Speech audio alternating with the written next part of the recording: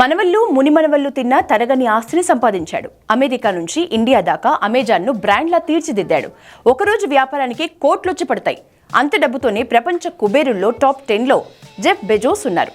ఈ అమెజాన్ అధినేతకు అన్నీ ఉన్నాయి, కానీ విడాకులతో భార్య లోటు ఏర్పడింది. అందుకే 61 ఏళ్ల వయసులో మరో పెళ్లికి రెడీ అయ్యాడు.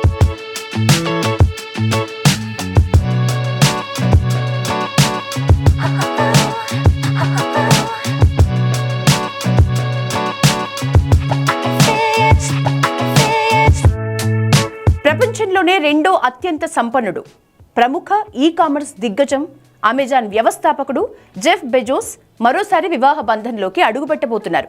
2023లో తన ప్రియురాలు లారెన్ శాంచెజ్తో నిశ్చితార్థం చేసుకున్న ఆయన త్వరలోనే ఆమెను పెళ్లాడనున్నారని సమాచారం.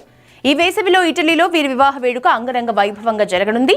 వెనిస్ నగరంలో ఈ వేడుక జరగనుందని తెలుస్తూ ఉండగా, మరికొన్ని వర్గాలు మాత్రం బెజోస్కు ఇటలీ తీరంలో ఉన్న విలాసవంతమైన నౌకలో జూన్లో వివాహం జరగొచ్చని చెప్తున్నాయి. గతేడాది ఫ్రాన్స్లో విహారయాత్రకు వెళ్లిన సమయంలో బెజోస్ లారెన్కి దాదాపు 21 కోట్ల విలువైన వజ్రాల ఉంగరం ఇచ్చి ప్రపోజ్ చేసినట్లు అప్పట్లో వార్తలొచ్చాయి.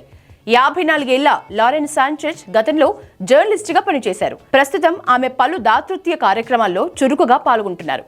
బెజోస్ లారెన్ 2018 నుంచి డేటింగ్ చేస్తున్నట్లు సమాచారం. అయితే వారి సంబంధం 2019 వరకు బహిరంగంగా వెల్లడి కాలేదు. అదే ఏడాది జెఫ్ బెజోస్ తన భార్య మెకంజీ స్కాట్తో 25 ఏళ్ల వైవాహిక బంధానికి ముగింపు పలుకుతూ విడాకులు తీసుకున్నారు.